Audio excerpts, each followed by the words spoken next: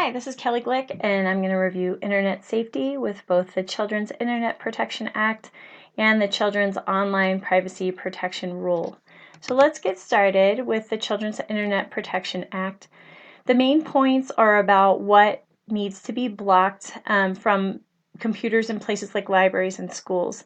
So any child pornography, obscene pictures, or other material considered to be harmful must be blocked. And each of these entities or sites must develop an internet safety plan and implement it fully. And the consequences for lack of participation in this act include exclusion from the E-rate funding, which we'll cover in just a moment. So additional points about the Children's Internet Protection Act include that libraries and schools, again, must address safety related to any electronic communications that could happen online and any access that students have to information. So it also protects against and makes a plan for ensuring that minors are not performing illegal acts or hacking computers or different websites or that sort of thing, and that they're not disclosing their personal identifying information.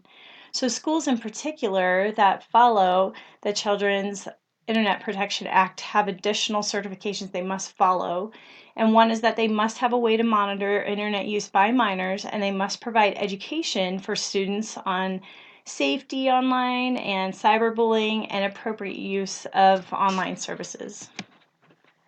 So the E-rate program is a considerable discount program for schools so that they can use online services. So it helps with telecommunications, helps them acquire affordable broadband, getting internet access, and it also covers a variety of services related to internal connections at schools.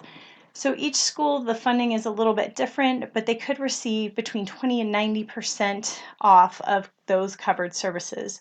It's a pretty significant discount for some schools, and certainly it would be a huge loss if a school were to lose that service based on noncompliance with Children's Internet Protection Act.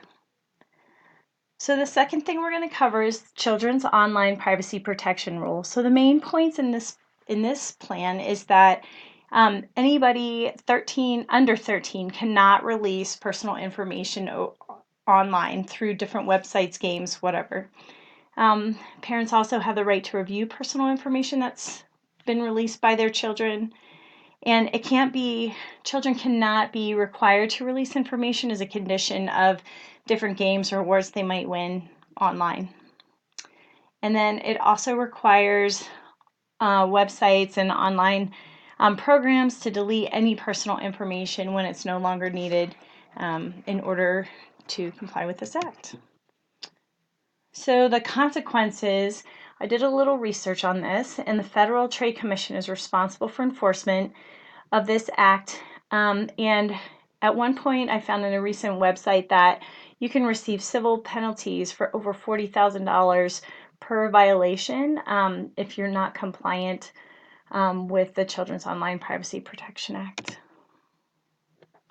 So I work for Poudre School District, so PSD. PSD has numerous policies that address use of district computers and district technology, and basically there's no argument I have or improvements that I'd recommend, because there are numerous policies that specifically say the exact language that are in both of these acts, and so clearly they've incorporated them into their district policies and their board policies as well.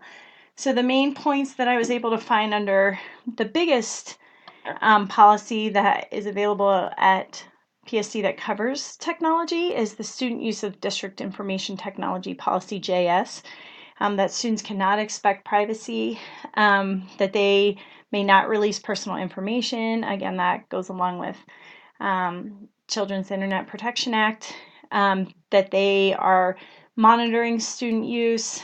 There's a huge list of prohibited uses by students, and then also a list of consequences for violating the policy. In addition, there's a separate policy requiring that staff monitor and educate students about appropriate uses of any kind of technology and proper use of the internet, and so that also goes along with that act as well, and it seems like all of those bases have been covered pretty thoroughly in the different board policies. So here are some resources. Just went ahead and listed the websites that you can look up both of these acts and also the main policy reviewed through PSD. And that is it. Thank you so much. Have a wonderful day.